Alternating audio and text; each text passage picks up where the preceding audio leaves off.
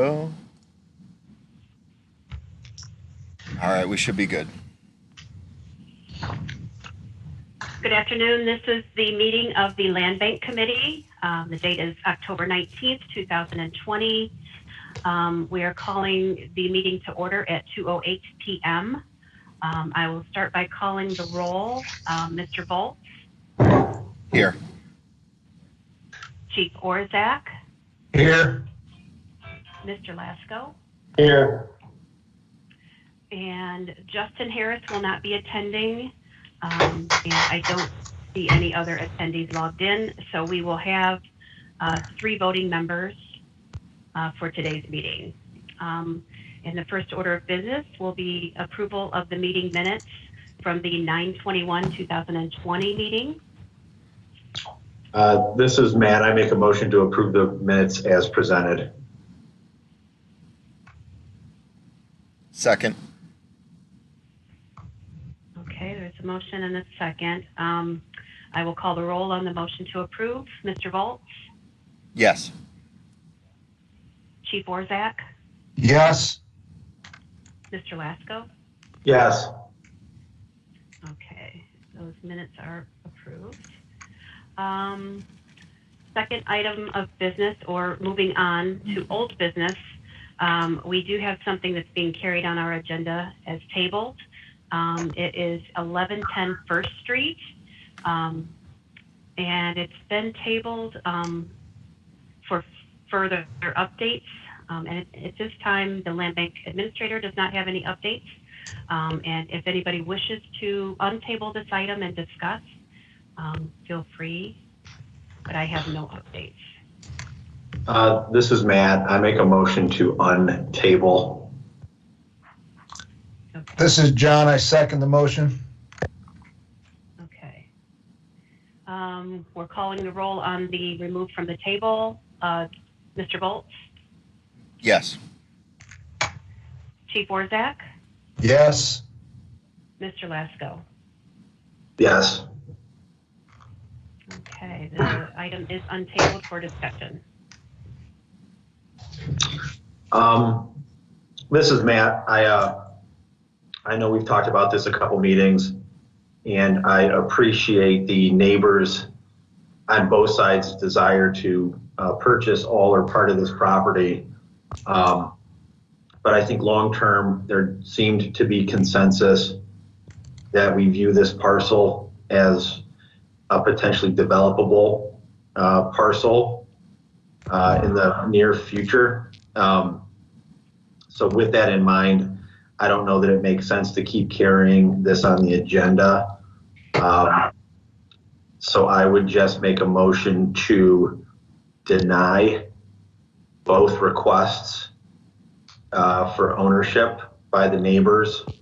And again, we can revisit this in the future if we don't develop it, but for now, I think we should deny both requests. This is John. I second the motion. Okay, there is a motion and a second. Any further discussion from any committee members? If not, I'll call the roll. Mr. Volz for the motion to deny. Yes. Chief Orszak? Yes. Mr. Lasko? Yes. Okay, so both applications then are denied, and they will be notified in the near future. Item number 2 is also old business. This was carried awaiting further information. This was 627 Decatur Street. This was tabled a couple of times, but the most recent request was that I notify the property owner on Poplar Street to suggest a split between 629 Decatur and 634 Poplar. This would be an unusual split, but it's shown here that the split would be kind of in the middle of this parcel to each property owner.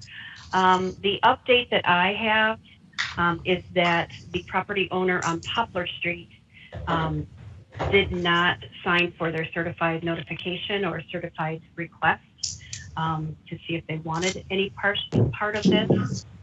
So the only application available right now is for 629 Decatur, and that would be for the whole parcel for the Mo-to-Own program.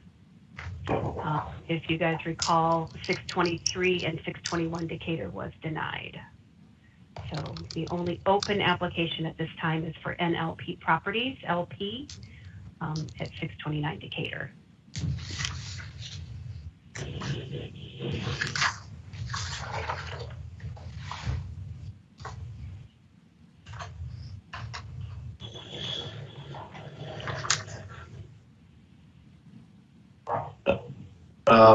This is Matt. I know we can't force anyone to, go ahead. I apologize before you make any discussion. I believe we have to untable this if we do want to discuss. I'm sorry. You're so strict. Okay. I make a motion to untable. I'll second. Okay. The motion to untable, Mr. Volz, Yes. Chief Orzak, Yes. Mr. Lasko. Yes. Okay. All right. It's ready for discussion. All I was gonna say is, I mean, we can't force anyone to take land off of our hands, which is unfortunate because I think we all believe the property on Poplar could benefit from some additional green space and breathing room. With that said, I think we also agree that NLP Properties also can benefit from some breathing room. And I know we were generally okay with them getting at least a portion of that parcel versus the Walker residents, who I know also wanted it. So I'm not entirely against approving the sale to just one entity, but I don't know if Greg and Chief have opinions either. No, I think it would allow the 629 Decatur house to have a little bit more flexibility going forward with things like parking and potential additions or anything like that. So I'd be comfortable with that.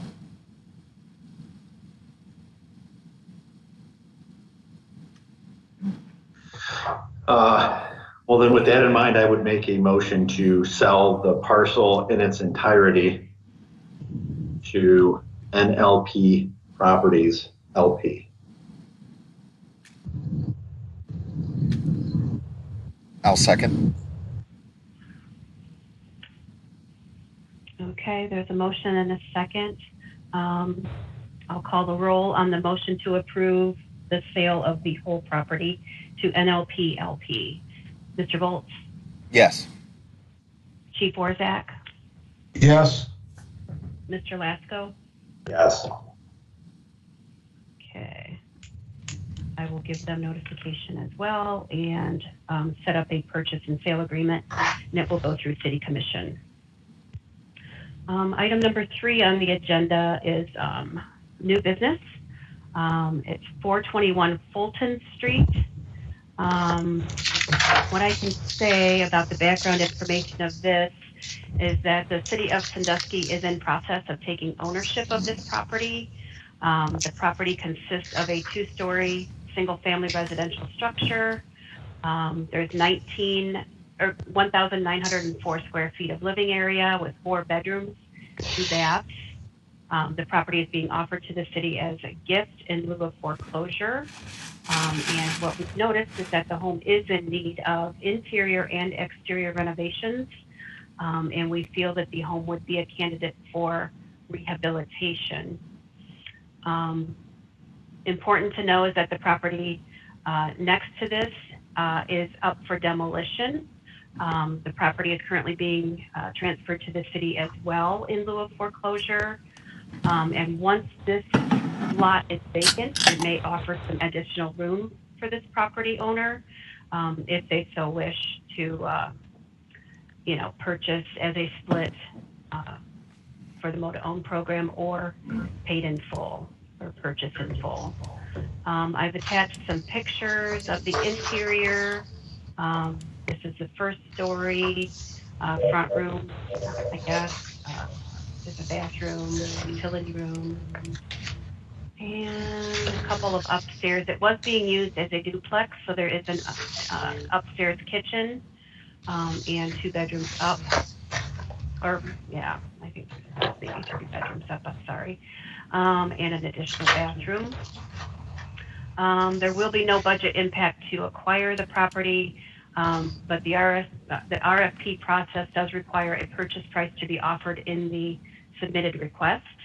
The purchase price of the selected proposal will be deposited into the land bank to recoup expenses, including but not limited to advertising, deed preparation and transfer fees and recording fees. Once we do select, if we do select a proposal, the taxing districts could collect up to $963.80 per year for the property, and this, of course, may increase in future years, assuming the value is added to the home. And at this time, it's just being requested that the city enter into or advertise for a rehabilitation of this property should we become the owners, and that's expected in the next week or two. And if approved by this committee, the request will go to the City Commission for final approval. And this is just a request to advertise for proposals. This is Greg. I think this is a really good house to be advertising this for, and I make a motion to approve the request to advertise for rehabilitation. This is Matt. I second. Okay. I will go ahead and call the roll then on the motion to request City Commission's approval for advertising request for proposals for rehab. Mr. Volz? Yes. Chief Orzak? Yes. Mr. Lasko? Yes. Okay, we will try to get this on the City Commission agenda for November 9th, assuming we have ownership at that time. Things may be held up if we do not receive the deed by that time, but we fully anticipate getting that quickly. And then left on the agenda is any discussion on either the mow-to-own side lot disposition guidelines or corner lot disposition. I haven't made any edits to the current mow-to-own guidelines, but I did send a copy to each member, I believe, with the agenda, hoping that maybe there might be some suggestions to the current guidelines. And I'll open that up if you want for discussion. If there's no discussion, we can move forward.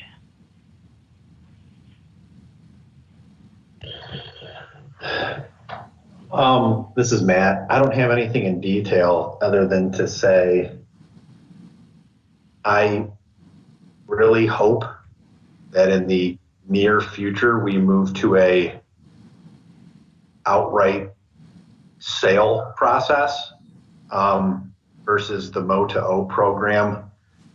I just think there's a lot of difficulties with the mow-to-own in terms of people claiming that they've maintained the property for years and wanting credit for it. Secondarily, we have a lot of people that do not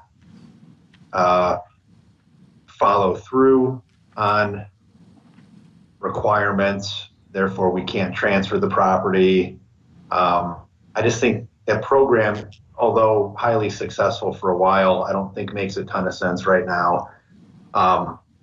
We have to track these properties for years, track maintenance, and then a lot of times or sometimes the purchases don't go through. So I hope the committee in the future simply just moves to an appraisal process and outright sale of the lots. I think otherwise it becomes an administrative nightmare for the administrator. And candidly, from a fiduciary standpoint, I think we should try to extract value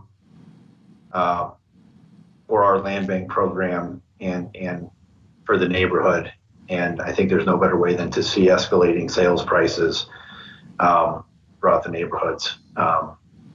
So again, I know we can't tackle that today, but it is my hope that we move towards that way of disposing of all properties in the city in the near future.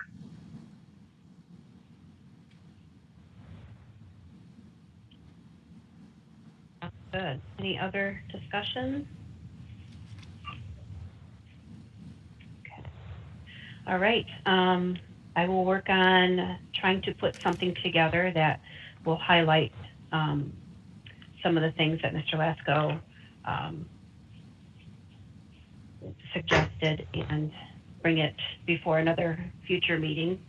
Any discussion on the corner lot disposition? I know that we've had a couple of irregular or unusual, unique splits recently, and I know that we wanted to discuss corner lots as opposed to side lot disposition. This is Matt again, and I'm slightly speaking for Greg because I think he agreed as well. And I know this was brought up by Commissioner Harris based on a recent transfer we did maybe 2 or 3 months ago. But I think his request was there should be a strong preference from this committee to sell lots to adjacent property owners on the same street versus selling all or parts of a parcel on one street to a neighbor on another street. And it's technically really only an issue when you're at or near the corner of 2 streets. And I do think the way we landed 2 or 3 months ago on that transaction made sense to do and should have been an exception. But I have no problem and think it's a good recommendation as to what Mr. Harris brought up. So, at some point when we clean up these guidelines, which is always good to do every 2 or 3 or 4 years, I don't think we should exclude what we did 2 or 3 months ago, but I do think we maybe put in there a strong preference for selling to people on the same street. Okay.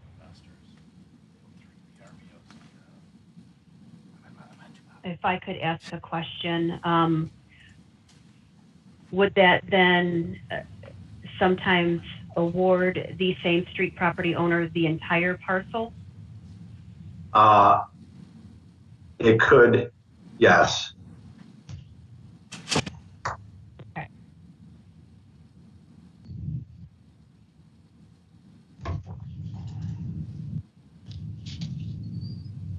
Okay. Is there any other discussion from any committee members on this topic?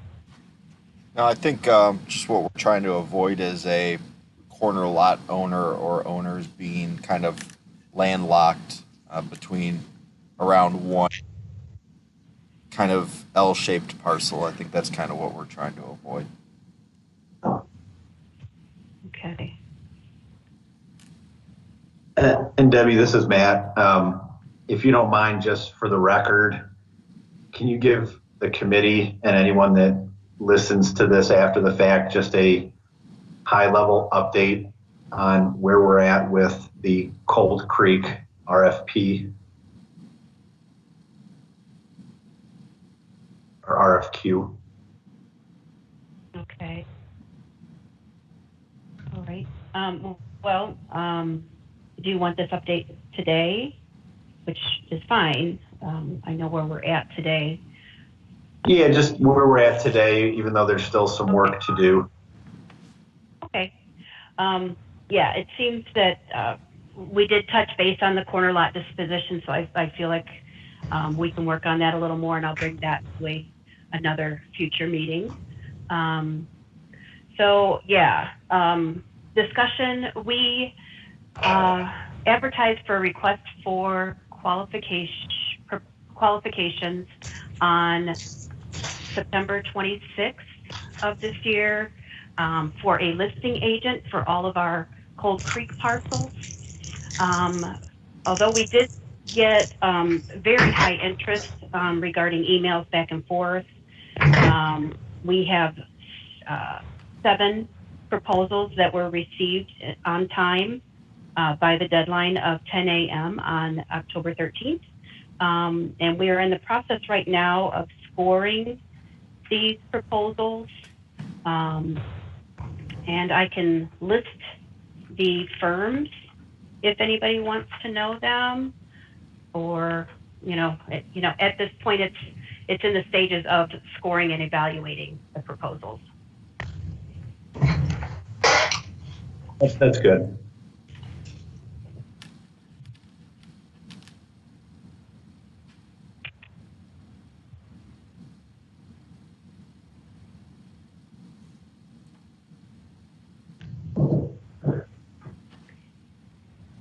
All right. If we are done with all of our discussion, or if anybody else has any discussion, I'm open for that, and we can enter that into the record. Otherwise, our next meeting will be November 16th, and that will be the final meeting of the year unless something comes up. But otherwise, the schedule did not include December, so just for the holiday season, I guess. But if something comes up, we are more than willing to hear it and schedule a meeting around it. So that's all I have at this time. If anybody else has anything, or would like to move to adjourn the meeting. I'd like to just, this is John, thank Matt for all of his years of contribution to not only this committee, but the city in general. He's done a tremendous job. He has big shoes somebody has big shoes to fill, and his expertise and leadership was phenomenal to watch. So thanks, Matt. Appreciate it, Chief. Agree. I think we're all in agreement. He'll be missed for sure. I make a motion to adjourn. Second. All right, the meeting is adjourned at 2:30.